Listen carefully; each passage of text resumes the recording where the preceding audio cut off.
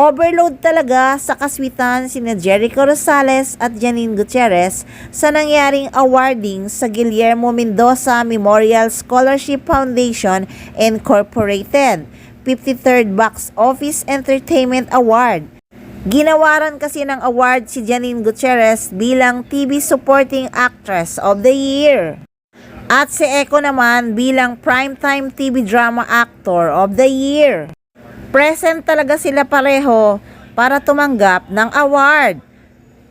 Yun lang. Salamat din sa mga lola ko kasi sobrang laking inspirasyon nila simula nung bata pa lang ako. And of course, Guillermo Mendoza Awards gave me a trophy. Nakalagay doon, Most Promising Star in 1999. 3 years after I was Mr. Pogi. Nako, overload talaga sa kilig at kaswitan ang moments ng Econin sa awarding.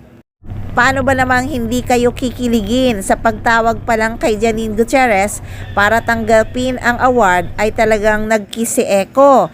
Tapos nung si Jericho naman ang tumanggap ng awards, pagkababa niya, kiss naman ulit siya kay Janine.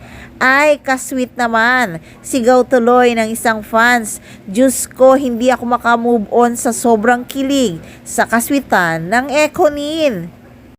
Hays, kainggit-inggit naman talaga ang kaswitan ni Jericho Rosales. Ano, laban sila? Walay na talaga, lalo sila. Econin lang ang malakas.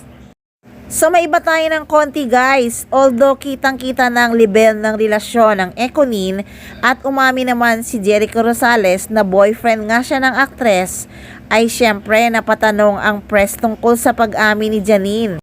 Nagulat naman tuloy si Janine Gutierrez kung ano daw ang inamin niya.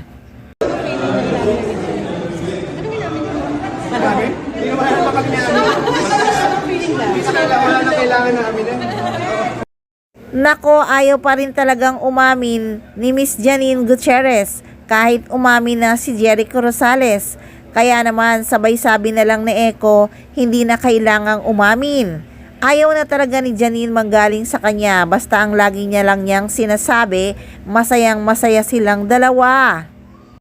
Obvious na, ayaw niya magsalita pero kitang-kita ang pagmamahalan ng Econin.